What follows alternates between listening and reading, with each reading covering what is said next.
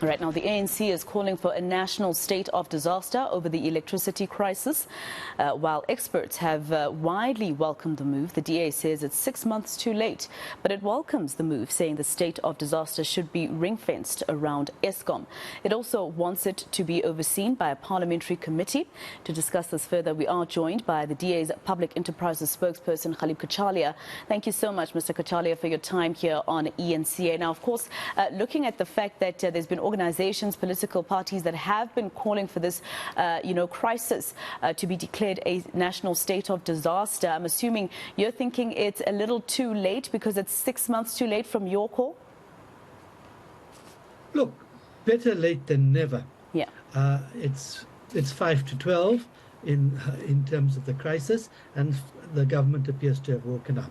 Well, hallelujah.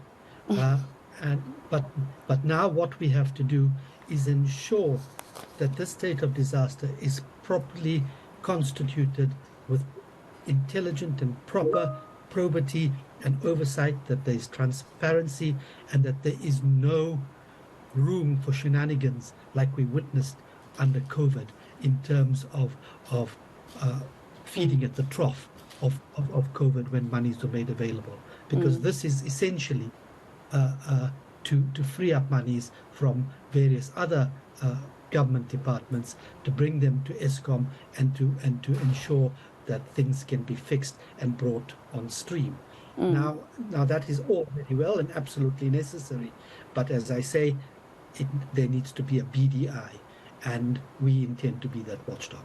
And Mr. Cachalia, I don't know if you were privy to listening to the First Deputy Secretary General of the ANC, Nomvula Mokonyane, just a few moments ago, saying that, answering a question by the media, of course, which also expressed concern about whether or not this wouldn't be a reckless approach. And she was, basically reassuring South Africans through the media that it won't be a reckless approach, this national state of disaster, and whatever steps they take towards fixing the crisis at Eskom, because they are consulting with experts. Does this put you a bit at ease? That doesn't put me at ease at all. They've always consulted with so-called experts in NECOM. Mr. Ramaphosa has consulted with Eskom with experts for the past 15 years. That has brought us to an even more parlous stage. What we need is transparency and the ability for experts and Parliament to oversee this, and not for the ANC to do what it wants to with it. It's all very well to institute a state of emergency, a state of disaster, ring-fenced, if you like, over Eskom. But if you put the village idiots in control, then I'm afraid we're going to have a circus. And of course, they are in agreement that the state of disaster is, in fact, quite needed. And like you said, it's better late than never. But you also mentioned Parliament and oversight, right?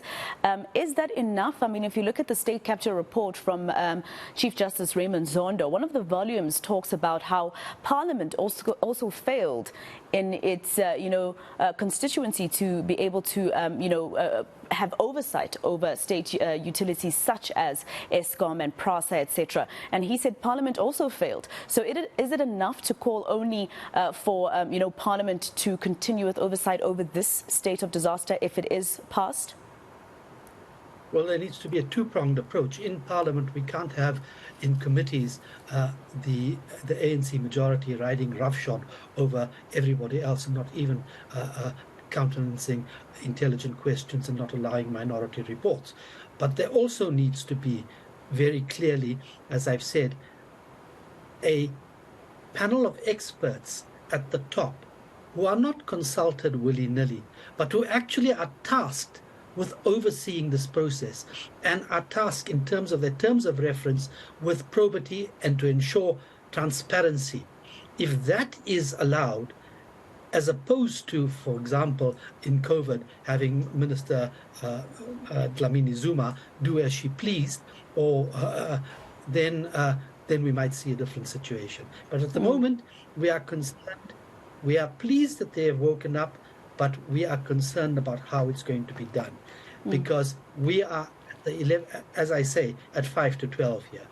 The country can't afford, and we're putting them on terms. If they mess up, the nation and we will hold them responsible. Now, Mr. Cachalia, of course, we know that in a few weeks' time, I think about a week or two, a few days actually, the president is expected to speak to the nation. He's expected to deliver his State of the Nation address. And a month or so after that, the finance minister is expected to outline exactly how it is he's going to support the president's State of the Nation address for the next financial year.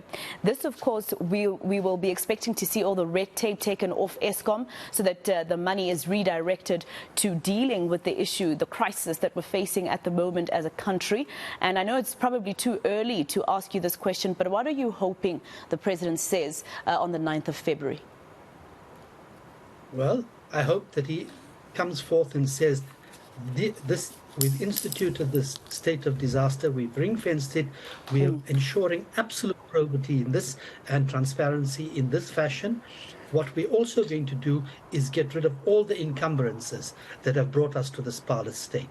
BEE encumbrances, preferential employment, procurement encumbrances, labor encumbrances, all the various encumbrances, data deployment, for example, all of those that have hindered the proper running of a utility. Because this utility has failed due to state-controlled ineptitude. Now, all the levers that have been put in place in the past that have brought us to this parlous state have to be removed. And he has to assure us that this is what he is doing, and he has to tell us how he's going to do it.